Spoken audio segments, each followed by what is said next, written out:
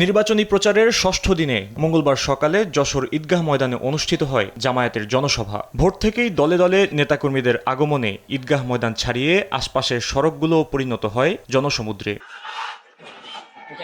জনসভায় বক্তব্যে জামায়াতের সেক্রেটারি জেনারেল মিয়া গোলাম পরোয়ার বলেন, গত ৫৪ বছর যারা দেশ শাসন করেছে তাদের কেউই বলতে পারবে না যে তাদের শাসনামলে দুর্নীতি হয়নি। এ অভিজ্ঞতা থেকে মানুষের মনে নতুন রাজনৈতিক প্রত্যাশা ও পরিবর্তনের আকাঙ্ক্ষা তৈরি হয়েছে। কোন দল বলতে পারবে না বুকে হাত দিয়ে যে আমাদের শাসনের সময় আমাদের মন্ত্রী, এমপি, প্রধানমন্ত্রীরা দুর্নীতির অভিযোগ থেকে কখনো মুক্ত ছিল। ৫৪ বছরের পুঞ্জীভূত ক্ষোভ আজকে গণবিস্ফোরণ আকারে আগামী ২৬ ফেব্রুয়ারি নির্বাচনে একটি নতুন বাংলাদেশের স্বপ্নের পটাতন তৈরি করেছে।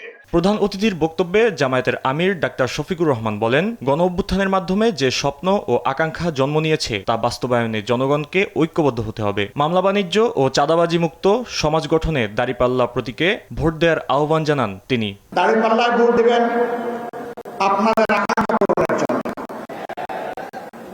জুলাইয়ের শহীদদের প্রতি শ্রদ্ধা দেখানোর জন্য, অতীতের বস্তবসা রাজনীতি এবং রাজনৈতিক বন্দোবস্তকে পরিবর্তন করে নতুন রাজনীতির সূচনা করা, এবং সেই রাজনীতি হবে জনগণের রাজনীতি। এই রাজনীতি কোন পরিবার বা কোন দলের রাজনীতি হবে না। এ সময় ক্ষমতায় গেলে যশোরবাসীর দীর্ঘদিনের প্রত্যাশা পূরণে যশোর পৌরসভাকে সিটি কর্পোরেশন করার প্রতিশ্রুতি দেন তিনি। আল্লাহ যদি আমাদেরকে দেশ সেবার সুযোগ দেন, যশোরকে আমরা শহরকে সিটি কর্পোরেশনে উন্নীত করব। বলেন, একদিকে নারীদের সহায়তায় ফ্যামিলি কার্ডের কথা বলে অন্যদিকে নারীদের লাঞ্ছিত করছে একটি দল। একদিকে ফ্যামিলি কার্ড, আরেকদিকে মা বোনদের গায়ে হাত, দুইটা তো একসাথে চলে না। যারা এখনই গায়ে হাত দেয় তাদের কাছে বাংলাদেশের একজন মা বোন নিরাপদ হবেন না। ফাহিম ইউসুফ, নিউজ ডেস্ক, দেশ টিভি।